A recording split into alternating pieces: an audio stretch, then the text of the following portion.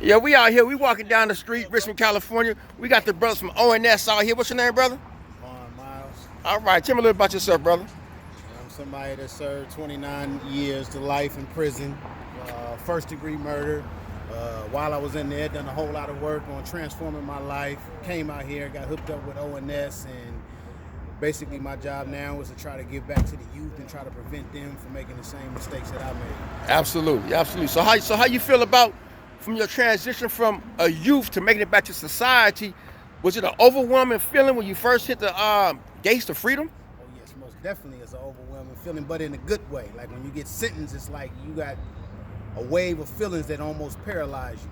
But then on the flip side, when you get out, man, it's a paralyzing feeling, but in a good way, because you're just so appreciative of everything. Absolutely. So in short, if you can tell one person at the age when you got arrested, what would you tell them? Man, discover your true potential and what it is, and find your authentic self, and not let the streets define you or your big homeboys define you. Absolutely. Now y'all hear that? For all you young men and young women out here in the society, in these streets, this young brother right here have experienced it, not through just action, but through words, and now he's showing it. I have another brother over here. Excuse me, brother. What's your name? Hey, my name is Jason Green, man. I'm from Richmond. Y'all see it. Work for the ONS, man. Just like these brothers around here, man, we needed a change in our community, and we got a passion for it, man. We seen, watch out, bro. We seen how everything was happening out here, man, and just instead of being brothers that's saying, hey, these youngsters got the gang fucked up and whatever have you, while we sit on the sideline and don't do nothing. But a lot of times it's not just these youngsters' lives that we trying to save, it's their potential victims. It's your grandmama, it's her mama, it's your brother, it's your sister. And nobody want to be on the other side of the gun, or their families be on the other side of the gun. So we just trying to instill what we went through, what we developed, and just putting it out there to them, man. Absolutely. And I have a quick question. So what made you change from the old you to the new you upon you being released from prison? Just realizing while I was out here what I was seeking, external validation at any cost, and I knew that's what was behind most of my crimes, to attain money, to buy materialistic things, to impress people who really didn't care for me if I didn't have those material things. And realizing that I was a follower rather than the leader that I thought I was, that was really hard to come by, but I know I couldn't have made it to that point had I not did that time in prison and reflected on myself and did the proper work that needed to be done in order to be a better citizen when I come out here to my community. Absolutely. See what this brother just explained was clear insight. So anyone, if you catch that life sentence, you're going from that parole board, you're going to have to explain to the judge, or you have the judge or the board members, just like that, clear insight, with meaning, with a deep understanding how you became the person who you was from before to the person you is now. Now I have two more young fellas out here who I ran across when I was incarcerated. Two good young brothers. What's your name, man? Man, my name is Pint. Everybody call me Pint, know me as Pint, but my name is Tyrone Hopkins, man. All right, Tyrone Hopkins. Exactly. Tell me where you from.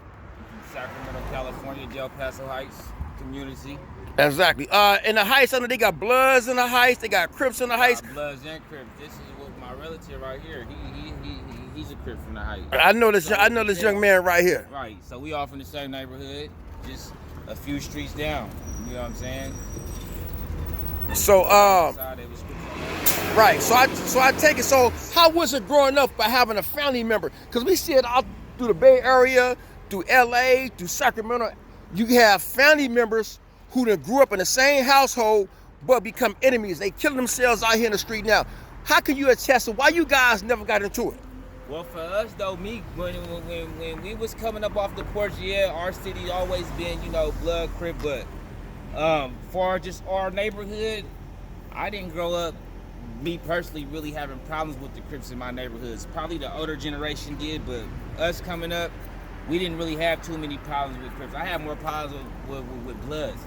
But not so much Crips. I never did. And a lot of my older cousins was from Nogales, so I never had no issue because of who my family was on the opposing side as well. But yeah, I didn't really come from that era. I used to beef with Bloods.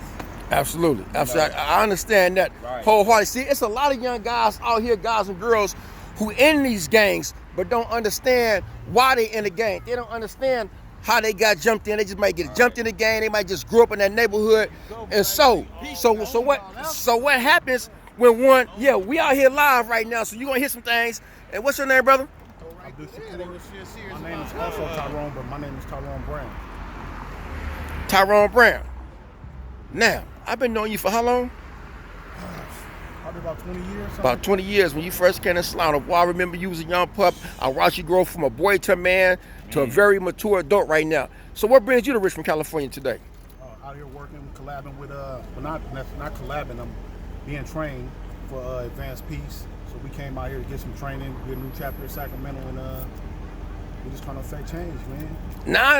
Now when you speak about affect change, for growing up, being a gang member, an avid gang member who condoned shooting, beating up and all that, how did you just say, okay, I'm gonna change from being that man or that young person to this grown man I am today? Well, like a lot of times when people suffer adversity, you find yourself in a situation where you don't want to be. You know, you got one or two things you can do. You can evaluate your situation, or you can go headlong into what got you here. I decided that wasn't for me. I didn't want to do that no more. So, you know, I started to evaluate how I got there. You know what I mean? So I had to make a change. Exactly. And one thing we know about change, a positive change, effective change, is that it's always when we have a ripple effect, the impact based on our actions. So can anyone tell me, explain to the ones who might be listening about the ripple effect? The ripple effect would be me and the crime that I committed, and understanding not only did I take my victim's life, I hurt his mother, I hurt his family, I hurt my family, I hurt the community, the first responders, and it just go on. There's so many other people that you could probably leave out. The list goes on. It goes on. And for you, young man, one quick. So you said you became Muslim? Yes. So how did you become Muslim? Praying 5 times a day. I began to study. I knew that there was a power greater than myself. So I began to study, and I read the Bible cover to cover, not, you know, saying anything bad about that, but it wasn't for me. I didn't get much from it. I started to study Islam, and everything that I studied in Islam made sense to me. So I took Shahada. I think he was there that day. I've just been moving and trying to progress ever since. Exactly. So young brother, so you got, how many kids you got? I'm a father of 5. You're a father of 5. Yeah. Now, for all the young men and young women out here who got kids, because we got so many, we dealing with abandonment, we dealing with neglect, we dealing with so much antisocial behavior. What can you tell a young brother growing up who got kids? Man, be there, man. Be active in their lives, man. Be a parent. Be hands-on. Love them hard. Love them firm. Love them soft. You know what I'm saying? Don't be scared to hug your child. Kiss your child.